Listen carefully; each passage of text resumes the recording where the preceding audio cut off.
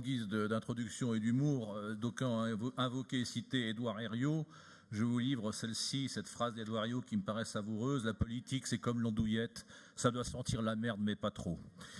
Voilà, Monsieur le Président, Monsieur le Vice-président, 4 milliards 332 millions d'euros. Là, on est loin de Piero della Francesca. Tel est donc le montant de ce budget primitif. Je savais qu'elle allait vous plaire, celle-ci. 4 milliards 332 millions d'euros, comme dirait l'autre, c'est quand même un pognon de dingue. 4 milliards 332 millions d'euros, comme diraient nos amis les Gilets jaunes, mais qu'est-ce qu'ils font de tout ce pognon? Mais ils passent où nos impôts? Et donc, Monsieur le Président, ce budget primitif tombe à pic pour dire aux Gilets jaunes comment et pourquoi et pour qui vous dépensez tant d'argent. Que les choses soient claires, je ne m'inscris pas ici dans une douteuse opération de récupération, comme tant d'autres, suivez mon regard. Mais il est de notre devoir d'apporter quelques éléments de vérité dans ces moments tragiques que traverse notre pays, car notre pays est fracturé par le pouvoir macronien, hautain et autiste en même temps. Ce pouvoir claquemuré sous les ordres de la République contre la France d'en bas, la France des braves gens, devenus de plus en plus des gens braves. Rappelons tout de même, Monsieur le Président, que le ci-devant président Macron, honni et vomi aujourd'hui, a été élu par l'ensemble de votre majorité il y a tout juste 19 mois. Rentrons maintenant dans la tripe de ce troisième budget, toujours passé au peigne fin de votre vice-président, paraît-il. Concernant les recettes, tout d'abord, beaucoup de choses ont été dites, beaucoup de sottises, de lieux communs et de banalités. Deux faits importants me semblent devoir être mis en exergue. Premièrement, personne ne l'a dit, la recette la plus importante et de très très loin dans son montant, 1 milliard 102 millions d'euros, et la plus dynamique dans son évolution, plus 42 millions d'euros, et la fameuse cotisation sur la valeur ajoutée des entreprises. Le 11 octobre dernier, lors de l'examen de la décision modificative numéro 1, je vous rappelais, Monsieur le Président, déjà ce truisme. Quand l'entreprise va bien et va de mieux en mieux, sa valeur ajoutée augmente et augmente de plus en plus avec trois conséquences fondamentales. 1. C'est bon d'abord pour l'emploi dans la région, l'emploi le vrai, le seul qui soit le durable. C'est bon pour l'investissement des entreprises elles-mêmes et troisièmement, c'est donc bon aussi pour les finances régionales. Mesdames et messieurs, que cela nous serve à tous de fil directeur dans notre propre réflexion, de savoir comment nous-mêmes, nous avons le devoir de contribuer à accroître la valeur ajoutée dans cette institution et accroître la valeur ajoutée des entreprises de notre région. La contribution des entreprises est la seule recette fiscale qui s'avère aussi dynamique et la seule qui s'avère aussi salvifique pour notre budget. Elle est par ailleurs le baromètre, est la mesure directe de l'efficacité de notre politique économique. Ce constat nous charge d'une immense responsabilité. Deuxièmement, et toujours au titre des recettes régionales, je voudrais revenir quand même sur cette séquence ubuesque que vous nous avez servie depuis quelques semaines, Monsieur le Président, une séquence en 5 actes concernant non pas vos atermoiements vestimentaires de midinette entre gilets jaunes et parkas rouges, non, tout cela est finalement dérisoire, non, mais sur vos annonces successives quant à la fameuse taxe Grenelle. Ces taxes, rappelons-le, qui furent le dénominateur commun et le détonateur de la contestation des Gilets jaunes. Premier acte, le 11 octobre dernier, lors du vote de la décision modificative numéro 1, vous avez inscrit, comme toujours depuis 3 ans, les taux maximum autorisés par la loi du prélèvement sur l'essence et le diesel. Et je vous ai pourtant mis en garde très précisément ce 11 octobre, je me cite, « Monsieur le Président, vous ne voulez toujours pas desserrer les taux de la taxe à la pompe. Vous continuez de prélever le maximum en ces temps de pétrole cher. Vous refusez obstinément de rendre si peu de pouvoir d'achat à nos concitoyens. Plus qu'une erreur, Monsieur le Président, c'est une faute. Vous nous avez dit pour toute réponse que c'était impossible en raison des baisses de dotation de l'État. A posteriori, qui avait raison ce jour-là, Monsieur le Président? Le Rassemblement national, évidemment.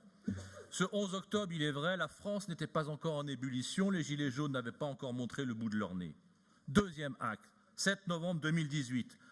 Sûr de vous et dominateur, vous annoncez, je vous cite, être prêt si l'État fait machine arrière sur la hausse des taxes sur l'essence, à baisser en Auvergne-Rhône-Alpes les taxes sur l'essence dépendant de la région. L'impossible, 3 semaines après, était subitement possible. Il est vrai que les Gilets jaunes venaient d'entrer dans le mouvement, ceci explique cela. Qui a parlé de récupération? Or, le cadre légal vous en empêchait, puisque ces taux devaient être votés par notre Assemblée avant le 30 novembre de l'année N pour une application en N+1. Troisième acte, 8 jours plus tard, vous apercevant de votre méprise, et je suis gentil, Il vous faut dès lors rattraper le coup et vous annoncez finalement que vous ne baissez plus la taxe sur l'essence dans la région. Va comprendre, Charles. Quatrième acte, il y a 12 jours, vous annoncez de rechef vouloir baisser la taxe sur l'essence de 20% si le gouvernement l'autorise en inscrivant cette possibilité dans la loi de finances 2019. En homme politique roublard et madré, vous refilez la responsabilité de cette baisse des taxes dans les régions au gouvernement macronien. Quelle imagination quand même, quelle circonvolution pour faire oublier votre faute originelle du 11 octobre. Nous attendions avec gourmandise la suite palpitante de cette séquence, le 5e acte, qui nous est donc parvenu hier par ce rapport complémentaire ajouté ce matin à la hâte à nos travaux du jour. Monsieur le Président, je vous le dis, cette séquence ne vous grandit pas. Vous connaissez cette fameuse maxime d'Émile de Girardin, « Gouverner, c'est prévoir ». En l'espèce, vous avez montré que vous n'aviez pas su prévoir et que pour nous, vous n'avez pas vraiment l'étoffe pour gouverner notre pays. Au chapitre des dépenses, j'ai salué dès le premier budget primitif de votre mandature le changement de paradigme opéré, l'inversion des courbes mortifères que sécréta l'ère socialiste du président Kéran. Avec ce 3e budget primitif, vous continuez de corriger le tir avec un affichage de 30 millions d'euros d'économies supplémentaires, ce qui nous ravit. Même si en commission finance, j'ai noté de la part du vice-président Blanc combien ces 30 millions seraient difficiles à aller chercher, comme si en termes mathématiques, nous étions presque à l'asymptote, ou en termes anatomiques, nous étions à l'os. Avec la chasse au gaspillage administratif, il faut vous attaquer de plus belle au gaspillage politique. Vous attaquez enfin sérieusement à détricoter ce que la gauche a construit et bétonné durant les 3 précédentes mandatures, si souvent il est vrai avec la complaisance de vos propres amis politiques. J'affirme, Monsieur le Président, que vous continuez de nourrir par la subvention régionale des centaines d'associations à hauteur de dizaines de millions d'euros par an, à seule fin d'entretenir une corde de permanents associatifs généralement affidés de la gauche la plus atrabilaire et la plus sectaire. Et je sais, Monsieur le Président, que vous le savez. L'exégèse des comptes administratifs le prouve à l'envi, et je vous le démontrerai à nouveau lors de l'examen du compte administratif 2018. En somme, et à l'usage, le peigne fin du vice-président Blanc se révèle être un peigne sans manche auquel il manque des dents. En conclusion, je m'interroge toujours, Monsieur le Président, encore et toujours, sur le véritable ressort de votre action politique, sur l'incohérence manifeste qu'il y a chez vous entre le verbe fort et l'action molle, sur votre incapacité à prévoir, que vous avez démontré récemment, sur votre opportunisme politique de bulldozer et votre louvoiement sémantique d'énarque pour la captation d'intérêts catégoriels à fins évidemment électoralistes. Monsieur le Président, comme l'immense majorité de la France, nous n'avons pas confiance. Merci. Merci.